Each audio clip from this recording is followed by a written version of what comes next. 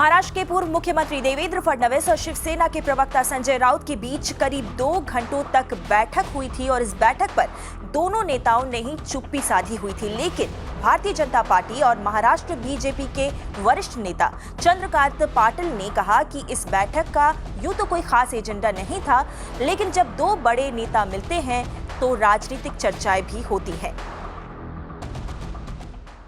क्योंकि कोई एजेंडा लेकर वो मीटिंग हुई नहीं।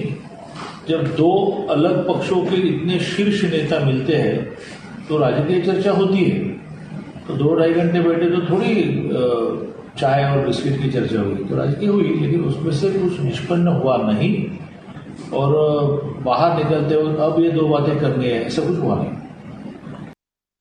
और ज्यादा जानकारी लेकर हमारे संवाददाता मयूरेश गणपति हमारे साथ मौजूद हैं। मयूरेश, जब से देवेंद्र फडणवीस और संजय राउत के बीच ये मुलाकात हुई है तभी से कयासों का दौर जारी है और अब चंद्रकांत पाटिल की तरफ से जो बयान आया है उसने सस्पेंस को और भी बढ़ा दिया है। जी बिल्कुल, सस्पेंस को और ही बढ़ा दिया है, क्योंकि इससे पहले हमने देखा था कि दोनों नेता यानी देवेंद्र फडणवीस और संजय राउत हो, उन्होंने स्पष्ट रूप से नकारा था। उन्होंने कहा था कि कोई भी ऐसी राजनीतिक चर्चा हम में नहीं हुई है।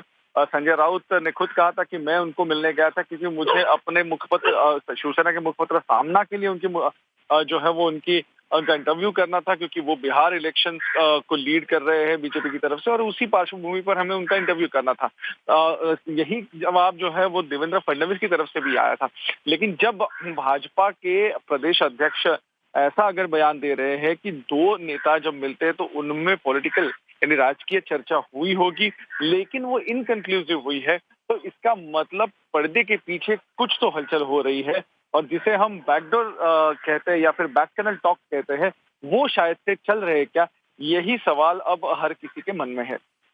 बिल्कुल, सस्पेंस बना हुआ है लगातार इस मुलाकात पर। मयूरेश, शुक्रिया इस जानकारी के लिए।